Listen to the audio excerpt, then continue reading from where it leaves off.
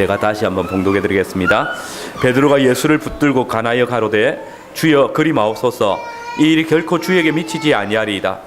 예수께서 돌이키시며 베드로에게 이르시되 사단아 내 뒤로 물러가라. 너는 나를 넘어지게 하는 자로라. 너가 하나님의 일을 생각하지 아니하고 도리어 사람의 일을 생각하는다 하시고. 아멘. 오늘 우리가 함께 살핀 본문은 우리가 잘 아는 대로 베드로의 신앙 고백이 있은 직후에 일어난 사건입니다.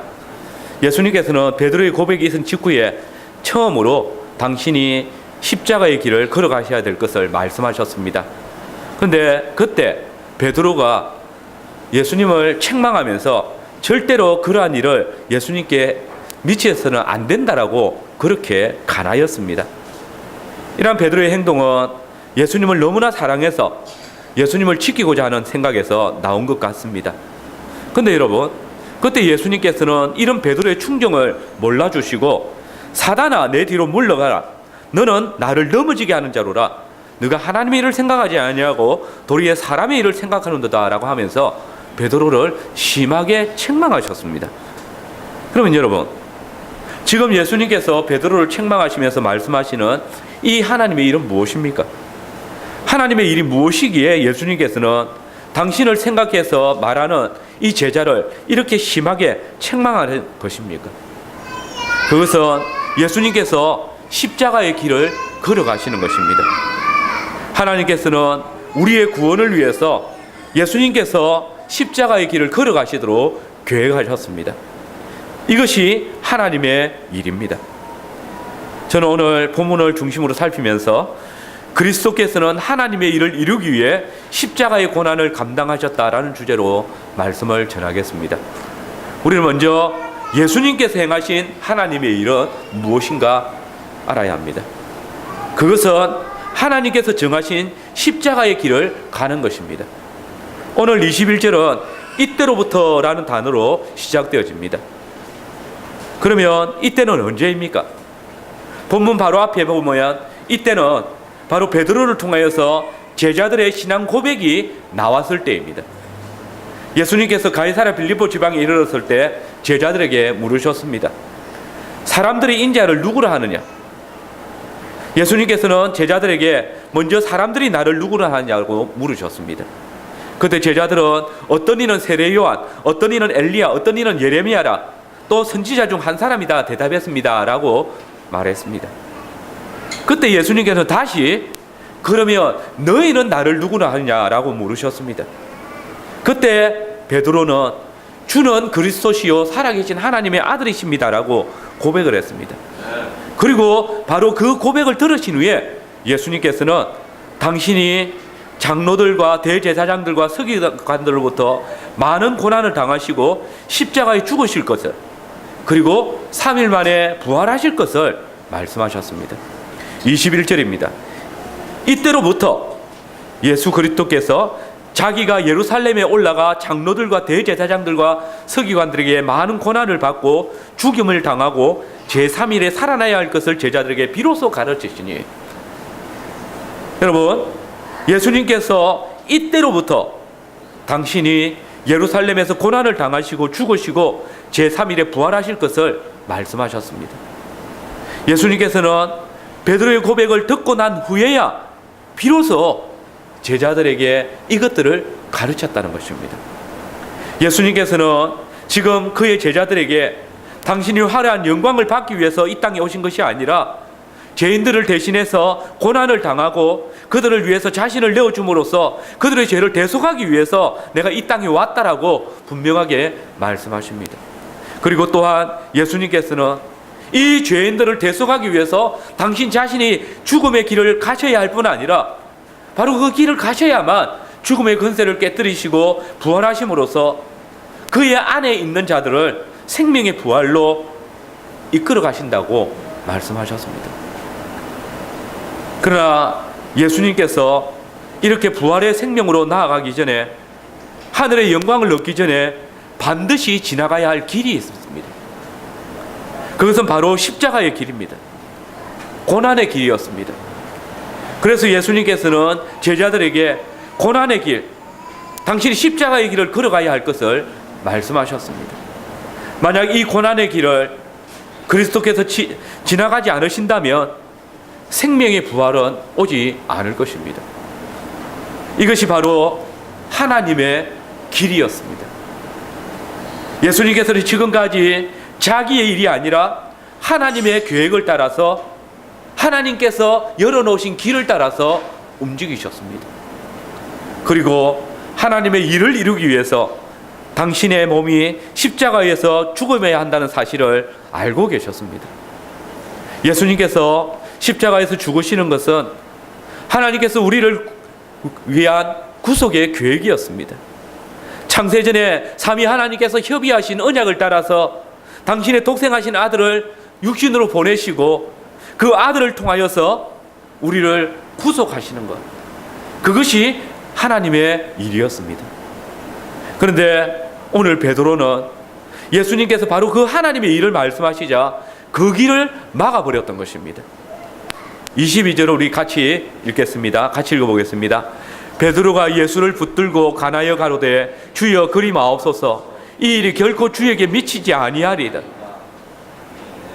여러분, 베드로는 조금 전까지만 해도 예수님에 대해서 주는 그리스도시요 살아계신 하나님의 아들이십니다 라고 고백했습니다. 그런데 이 베드로가 지금 예수님께서 행하시고자 하시는 그 하나님의 일을 인정하지 아니하고 도리어 막아서고 있습니다. 예수님의 뜻을 돌이키기 위해서 예수님을 붙들고 가냈다라고 하고 있습니다. 여기서 이 가난다라는 단어는 힐책하다, 책망하다, 꾸짖다라는 말입니다. 즉 지금 베드로는 예수님의 하시는 하나님의 일, 예수님께서 걸어가셔야 할 십자가의 길을 가야 한다는 말씀을 들었을 때에 오히려 그 예수님을 책망하면서 그 뜻을 돌이키도록 강요하고 있었습니다. 베드로는 예수님께서 져야 할 고난의 십자가를 인정하지 않았습니다. 그래서 그는 예수님께 주여 그리 마옵소서라고 책망하고 있는 것입니다. 보십시오. 베드로는 조금 전까지 훌륭한 신앙 고백을 했지만은 예수님을 고난받는 메시아로 이해하는 데 실패했습니다. 결국 베드로는 여전히 예수님을 정치적인 메시아로 오인하고 있었음을 이 고백을 통해서 보여주고 있는 것입니다. 베드로가 예수님께 한 말은 예수님을 위한 말씀이 아니라 지극히 인간적인 생각이었습니다. 이 일이 결코 주에게 미치지 아니하리이다. 베드로는 자신의 생각으로 하나님의 구속의 계획을 막으려고 했습니다. 베드로는 예수님을 뜻을 꺾기 위해서 심하게 예수님을 책망하였습니다. 그는 예수님의 위대한 구속의 계획을 자기의 뜻으로 꺾으려고 했습니다. 베드로는 예수님의 뜻이 하나님의 생각이 아니라고 말합니다. 십자가의 죽음은 하나님의 뜻이 아니라고 말하면서 그 일이 예수님께 미쳐서는 안 되는 일이라고, 미치지 못할 일이라고 말하는 것입니다. 여러분, 지금 베드로의 이 말은 예수님을 너무 사랑하는 당신의 제자의 말이 아닙니다. 하나님의 아들로 오신 예수님을 생각해서 하는 그런 위로의 말씀이 아닙니다. 베드로가 한 말은 예수님을 걱정해서 한 말이 아닙니다. 도리어 베드로의 이 말 속에는 무서운 사단의 계략이 숨겨져 있습니다. 곧 하나님의 일을 방해하려는 사단이 베드로를 통해서 예수님께서 걸어가셔야 할 그 하나님의 일을, 하나님의 길을 막으려고 하는 것입니다. 베드로는 사단의 뜻을 따라서 하나님의 구원의 계획을 막으려고 행동하고 있는 것입니다.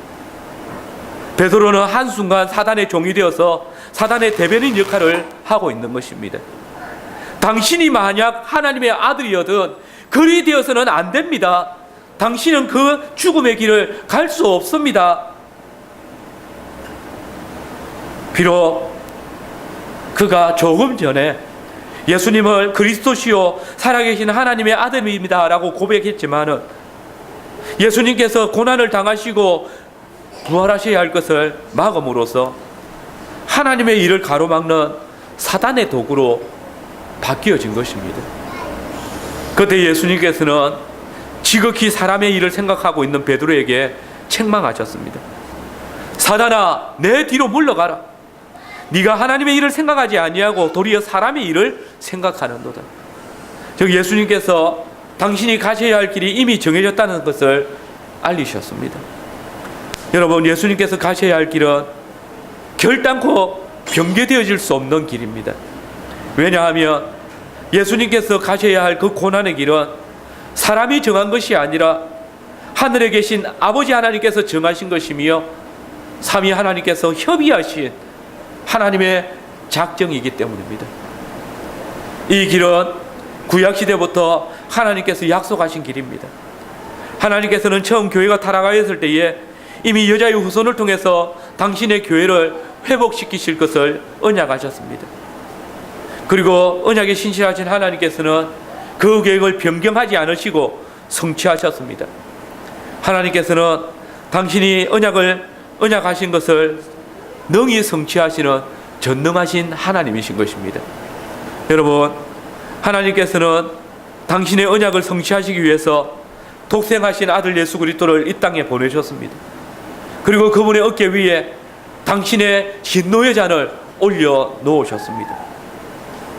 하나님께서는 당신의 독생하신 아들에게 십자가에서 고난의 잔을 마시라고 명하셨습니다. 뱀이 예수님의 발꿈치를 물도록 허락하셨습니다. 보십시오. 선지자는 이런 예수님의 걸으실 길을 노래하기를, 그는 실로 우리의 질고를 지고 우리의 슬픔을 당하였거늘 우리는 생각하기를 그는 징벌을 받아서 하나님에게 맞으며 고난을 당한다 하였노라 했습니다. 하나님의 아들이시거든 어찌 그런 일을 할 수 있습니까? 당신이 십자가에 못 박힌다면 당신은 당신의 죄를 짊어지고 가는 것입니다 라고 사단의 꾀를 쫓아 베드로는 예수님의 나아가는 길을 막은 것입니다. 마치 서기관들과 대제사장들과 장로들이 예수님께 죄를 세워서 십자가에 못 박은 것 같이 지금 베드로는 예수님의 그 구속의 계획을 막고 있는 것입니다. 선지자는 무엇을 이야기합니까?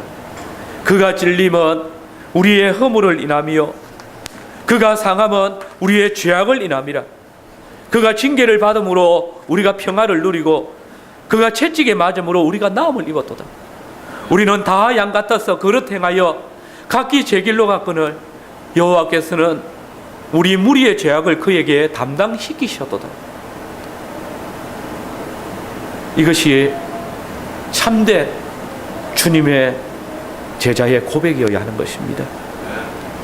또한 장사한 지 사흘 만에 무덤을 이기시고 사망을 이기시고 부활할 것을 말씀하셨습니다. 아브라함이 자신이 제물로 잡아서 하나님께 드리기로 한 이삭을 데리고 사흘길로 가서 제물을 드릴 때 하나님께서는 이삭의 부활을 통해서 아브라함보다 더 크신 그리스도의 부활을 보게 하셨습니다. 요나의 표적을 통하여서 요나보다 더 큰 선지자의 부활을 표적으로 드러내셨습니다. 이것이 하나님께서 구약교회에게 보이신 하나님의 뜻이며 이 부활의 생명으로 나오게 하기 위하여 예수 그리스도는 반드시 고난의 길을, 죽음의 길을 가셔야만 했던 것입니다. 그래서 하나님의 아들로 오신 예수님께서는 하나님의 명령에 순종하기 위해서 그 길을 나아가고 계십니다. 하나님께서 당신에게 주신 사명을 감당하기 위해서 예수님은 십자가의 고난의 길을 걸어가시는 것입니다. 그런데 제자들은 이런 하나님의 일을 깨닫지 못했습니다.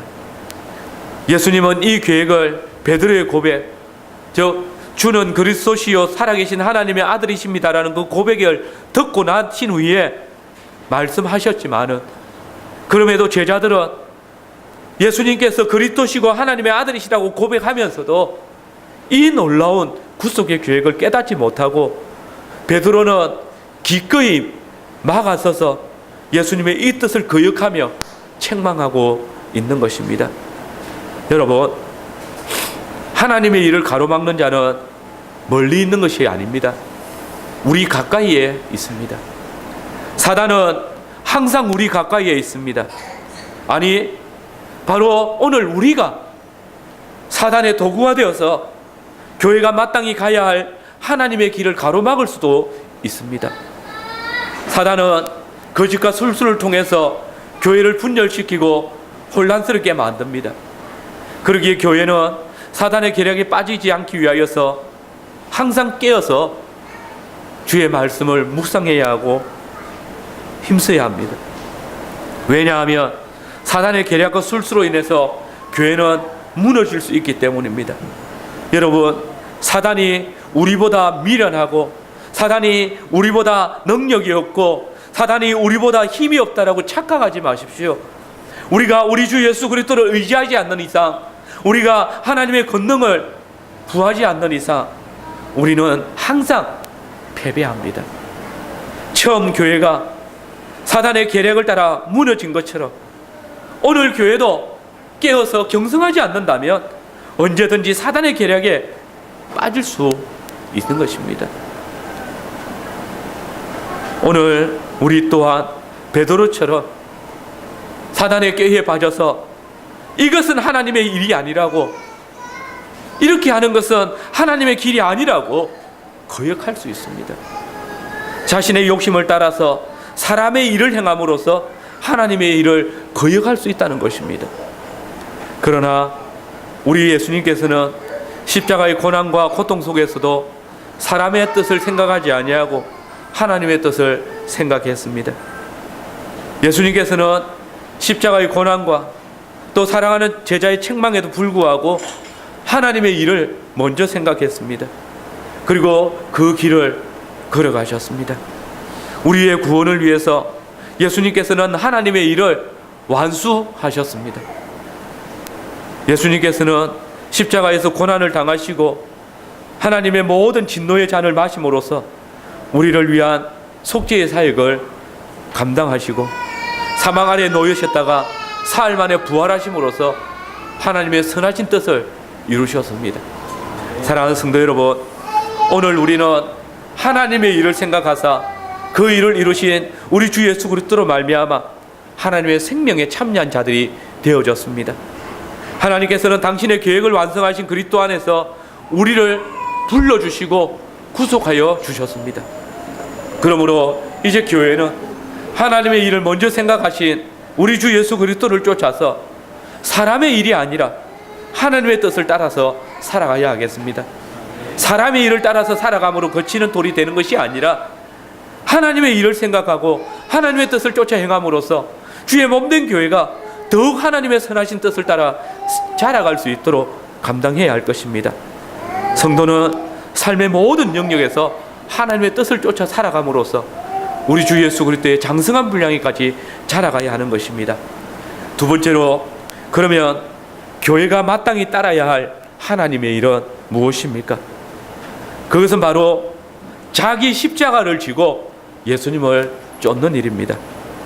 오늘 예수님께서는 하나님의 일을 이루시기 위해서 당신이 십자가의 고난을 당하게 될 것을 말씀하셨습니다. 그런데 이 고난의 길은 원래 우리가 걸어가야 할 길입니다. 그가 찔림은 우리의 허물을 인하며 그가 상함은 우리의 죄악으로 인함이라. 그가 우리의 질고를 지고 그가 우리를 위해서 고난을 당하셨도다. 사랑하는 성도 여러분, 우리가 하나님의 진노를 받아야 하고 우리가 하나님의 심판을 받아야 합니다. 그러나 놀라우신 하나님의 은혜가 우리 주 예수 그리스도를 통하여서 우리에게 임하였습니다. 하나님께서는 우리가 마땅히 져야 할 그 고난의 십자가의 길을 예수님께 담당시키시고 또한 예수님께서 이 고난을 홀로 당하심으로써 하나님의 일을 이루셨습니다. 오늘 본문에서 예수님께서는 당신만이 이 길을 걸어가는 것이 아니라 제자들에게도 이 십자가의 길을 걸어가라고 말씀하십니다. 우리 24절 말씀을 같이 한번 읽어보겠습니다. 24절 같이 읽겠습니다. 이에 예수께서 제자들에게 이르시되 아무든지 나를 따라오거든 자기를 부인하고 자기 십자가를 지고 나를 쫓을 것입니다. 여러분, 이 말씀은 앞에 전에 마태복음 10장 38절에서 39절에서도 이미 한번 제자들에게 하셨던 말씀입니다. 그런데 지금 제자들에게 다시 들려주시는 이 말씀은 자신의 죽음이 임박해지고 있음을 시사하고 있습니다. 즉 예수님께서는 당신의 죽음이 임박했음을 아시고 제자들에게 이제 너희가 나를 따라오려거든 자기의 십자가를 지고 나를 쫓아야 한다라고 말씀하시는 것입니다.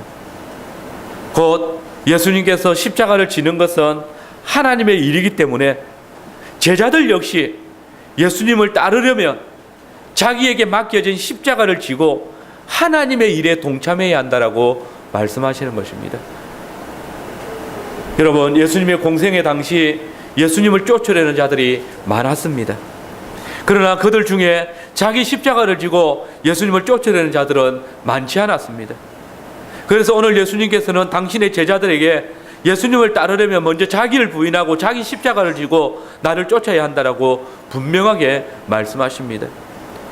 여러분, 예수님을 쫓기 위해서는 먼저 자기 자신을 부인해야 합니다.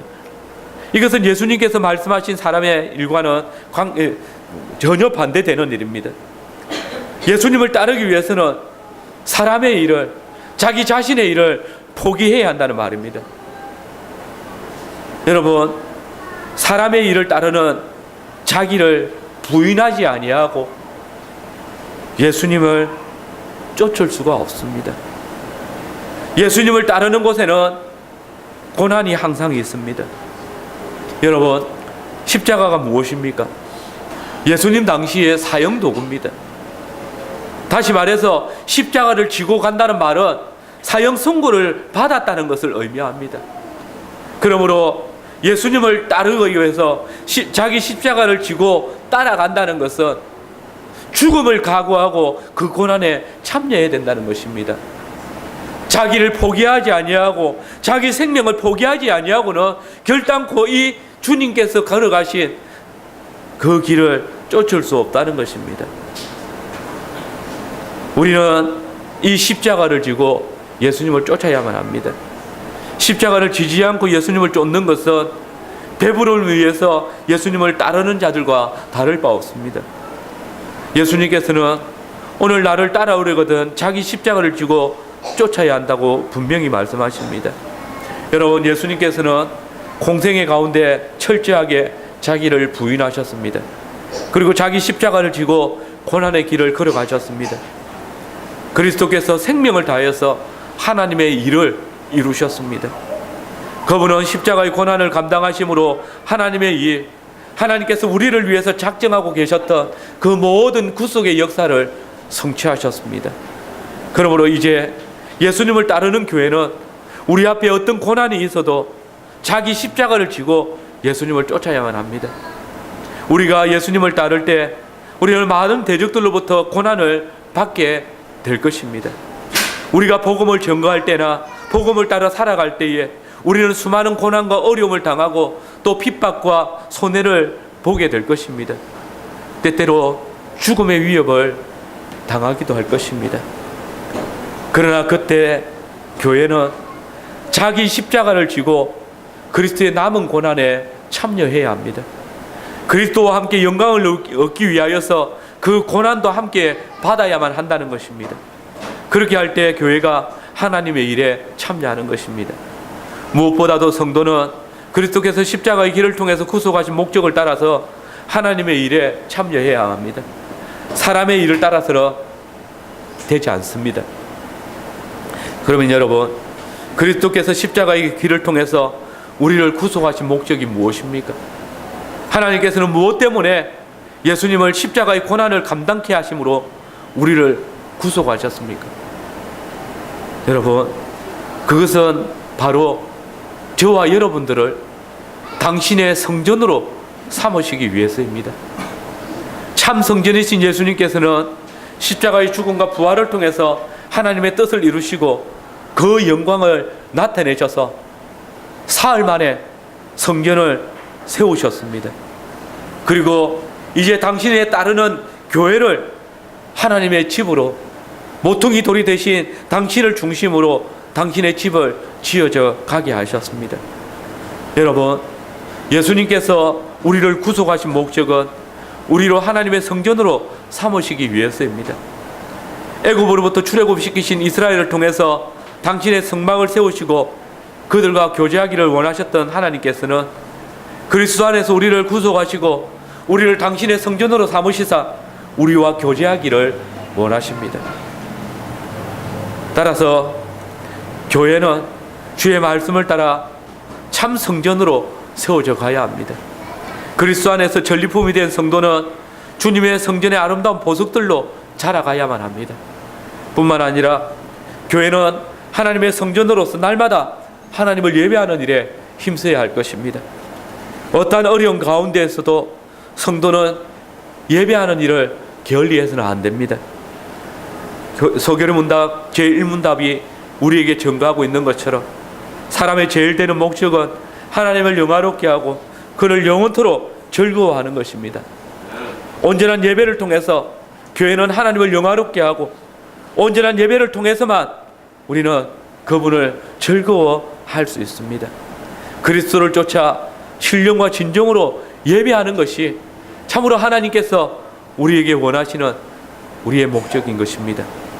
여러분, 교회는 하나님을 영화롭게 하기 위해서 예배의 전쟁을 쉬지 않아야 합니다. 여기에는 분명 수많은 어려움과 고난이 있습니다. 예배를 할 때 대적들은 우리를 편안하게 그냥 내버려 두지 않습니다. 그러나 우리는 이것이 우리에게 맡겨진 사명임을 기억하고 온전한 예배를 통해서 우리에게 맡겨진 전투적인 사명을 감당해야만 합니다. 그리고 이 예배로부터 시작하여서 우리의 온 삶이 예배의 삶을 살아드려야 합니다. 성도는 자기 십자가를 지고 예배의 삶을 살아가는 일에도 힘써야만 하는 것입니다. 여러분, 주일 공적 예배에만 참여하는 것으로 우리가 하나님을 영화롭게 하고 즐거워하는 삶을 다 살았다고 착각하지 마십시오. 우리는 우리의 십자가를 지고 주님을 쫓아야 합니다. 우리에게 맡겨진 예배의 전쟁을 온전히 감당하면서 나아가야 합니다. 우리의 삶 속에서 여전히 이 전쟁에서 승리하도록 힘써 싸워가야만 하는 것입니다. 여러분, 오늘 이런 예배의 전쟁을 수행하는 것은 어쩌면 참으로 어리석어 보이기도 합니다. 오늘 우리 주변의 많은 교회들만 봐도 이렇게 예배의 전쟁을 수행하고 예배의 삶을 살아가기 위해서 힘쓰는 교회들이 많지 않습니다. 심지어 이 시대에 자기 일을 포기하면서까지 예배하고 교회 중심적인 삶을 살아갈 필요가 있느냐라고 반문하는 자들이 교회 안에도 있습니다. 그러나 이런 자들의 주장 속에는 오늘 베드로의 말 속에 있는 사단의 계략이 숨어 있습니다. 이들은 하나님의 일이 아닌 사람의 일을 따라 살아가는 자들입니다. 하나님의 일은 우리로 자기 십자가를 지고 하나님의 구속의 목적을 따라서 하나님의 성전으로 하나님을 예배하는 자들로 자라가는 데 있는 것입니다. 그러므로 교회는 하나님의 일을 따라서 참 성전으로 세워져 가고 예배의 전쟁을 쉬지 말아야 할 것입니다. 이 일은 결코 쉬운 일은 아닙니다. 우리가 이 길을 걸어갈 때에 많은 대적들로부터 고난과 핍박을 당하며 또한 우리의 공격을 당하게 될 것입니다. 특별히 교회 안에 있는 불의한 자들로부터 우리는 말할 수 없는 고통을 당할 수도 있을 것입니다. 너만 옳은 신앙인이냐? 너만 하나님을 예배하는 자냐? 네가 생각하는 것만이 하나님의 뜻이냐라고 우리를 공격할 것입니다. 그러나 그때에도 성도는 말씀이 육신이 되신 우리 주 예수 그리스도께서 친히 십자가를 통하여서 우리에게 선언하신 그 고난의 길을 나아가야 합니다. 자기의 십자가를 지고 주를 쫓아가야만 합니다. 이 십자가의 길을 지나서 주의 영광이 있음을 기억하고 우리에게 맡겨진 십자가를 짊어져야 합니다. 이를 통해서 우리가 주의 제자가 되는 것입니다. 한 주간 동안도 우리 교회는 주께서 걸어가신 십자가의 길을 기억하면서 우리에게 주어진 십자가를 지고 주를 쫓아가야 하겠습니다. 우리를 부르신 부름의 목적을 따라서 온전한 예배와 거룩한 산제사, 곧 우리의 온 삶을 예배의 전쟁으로 수행함을 통해서 승리해야 하겠습니다. 그렇게 할 때에 하나님의 거룩한 집으로 우리가 온전히 세워져 가게 될 것입니다. 아멘.